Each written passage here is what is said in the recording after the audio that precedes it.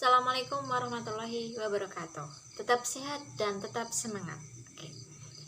Pada pertemuan minggu kali ini, adik-adik belajar tentang poster lagi, melanjutkan materi poster yang kemarin belum selesai. Kita sampaikan lagi di sini. Sebelumnya kita review dulu. Kemarin kita sudah mempelajari tentang pengertian, tentang sejarah, dan tentang tujuan dalam membuat poster dan syarat-syarat dalam pembuatan poster ya. Jadi ada 4. Kemarin sudah dikasih trik dan tipsnya untuk menghafal. Silakan yang belum melihat, silakan ditamati terus ditulis.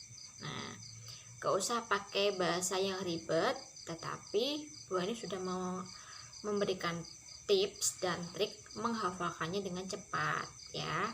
Semoga bisa dipahami dan mudah dimengerti. Oke. Untuk hari ini kita belajar dalam prinsip-prinsip menggambar poster. Yang pertama, sebelumnya dalam prinsip-prinsip pembuatan poster ini tujuannya adalah cara menyusun atau cara mengatur bagaimana membuat poster ya. Terus yang pertama ada prinsip dari keseimbangan. Tujuannya untuk menghindari kesan berat sebelah. Sebenarnya itu. Tetapi untuk keseimbangan atau balancing ini ada 2, yaitu keseimbangan simetris dan keseimbangan asimetris. Untuk keseimbangan simetris, nah ini biasanya sering dipakai oleh orang-orang dalam membuat suatu poster atau gambar poster. Nah, untuk keseimbangan simetris ini biasanya menggunakan keseimbangan berupa 2 elemen yang mirip ya, yang hampir mirip atau sama. Jadi elemen desainnya ini terbagi secara merata baik dari segi vertikal, horizontal maupun radial. Nah, tetapi prinsip dari simetris ini biasanya terlalu direncanakan, kesannya malah terlalu direncanakan, sehingga susah atau sulit untuk membangkitkan emosi dari pembaca visual. Nah, adik-adik bisa diamati lagi di buku pegangan LKS-nya halaman 5 dan 6 ya. Nah, ini adalah salah satu contoh dari poster film.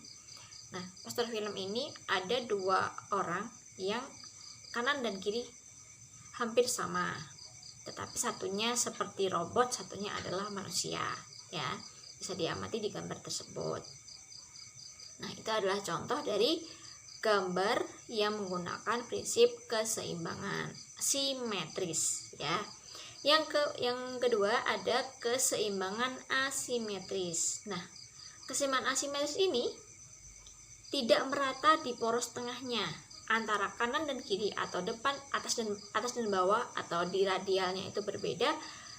Itu bisa dimasukkan keseimbangan asimetris. Nah, kelebihannya di keseimbangan asimetris ini yaitu menimbulkan dan menggugah emosi para pembaca. Jadi lebih bagus. Biasanya orang lebih tertarik daripada di asimetris tadi. Gitu ya. Nah, di tipe keseimbangan asimetris ini bisa berupa dari warnanya kanan dan kiri beda ya. Atau dari bentuk dan ukuran, ada yang besar, ada yang kecil. Atau dalam posisinya ada yang besar atas atau bawah, nah gitu, seperti itu. Terus ada juga tekstur atau warna ya, tergantung pembuat dari poster tersebut. Nah, di situ ada contoh gambarnya, yaitu sebuah gambar di mana sebuah tangan yang mau kayak sebuah mengambil, tapi dalam tangannya itu ada gambar manusia. Nah, terus ada di bawahnya di jarinya ada tulisannya. Nah, itu merupakan salah satu ciri-ciri dari asimetris. Bisa dipahami ya, kalau simetris tadi tidak membangkitkan emosi alias terlalu direncanakan. Kalau asimetris itu membangkitkan emosi, ya. Itu. Yang kedua sekarang yaitu alur baca atau movement. Nah, alur baca ini ditunjukkan kepada seorang pembaca visual atau pembaca poster, nanti bisa melihat mata pembacanya seperti apa. Nah, contohnya ada di gambar selanjutnya ini. Nah, di gambar ini adik-adik bisa mengamati bahwa gambar poster ini dibuat seolah-olah fontnya itu saling bertabrakan ya, tapi orang malah lebih tertarik seperti ini juga. Jadi bisa kanan bisa kiri, atau bisa juga dibuat poster yang tulisannya memutar itu. Terus selanjutnya ada penekanan atau empasis. Nah, ada salah satu dari gambar itu ada satu yang ditekankan. Contohnya pakai menggunakan gambar seperti ini. Ada warna merah yang digunakan untuk menekankan dari sebuah gambar. Contohnya dari gambar pemilu ini ya. Jadi sebuah toples yang di dalamnya itu ada tangan yang dipilih tidak terpengaruh oleh suara-suara dari luar. Ditekankannya di pemilunya itu ya. Bisa dipahami ya. Terus di empasis ini bisa menggunakan perbandingan ukuran, ada latar belakang yang kontras antara tulisan dan gambar, perbedaan warna yang mencolok, pemanfaatan bidang kosong. Nah, intinya penekanan adalah di prioritas ya. Di prioritasnya itu yang mana? Yang utama itu di mana? Penekanan yang utama. Penekanan empasis yang utama dari ilustrasi tersebut. Yang keempat, ada irama atau ritme. Nah, di situ adalah pengulangan yang berulang-ulang atau pattern atau sama ya. Contohnya di gambar pabrik itu di atas seperti ada asap yang berulang-ulang. Nah, asapnya tersebut itu ternyata berbentuk seperti manusia. Polusi yang menyebabkan paling tercemar adalah manusia, polusi udara, karena manusia lebih membutuhkan ke oksigennya. Nah, seperti itu kurang lebih untuk gambarnya, contohnya seperti itu ya.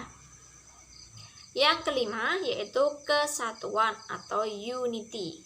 Nah, kesatuan atau unity ini itu antara semua komponennya itu bergabung jadi satu. Nah, contohnya bisa dilihat di gambar di samping ini ya. Itu antara tulisan dan gambar dan elemen pendukungnya semuanya mengarahkan ke satu kesatuan, maksudnya tidak terpisah. Gambar mendukung tulisan, tulisan juga mendukung gambar. Jadi orang akan paham. Itu dari prinsip-prinsip menggambar poster. Bisa dipahami ya.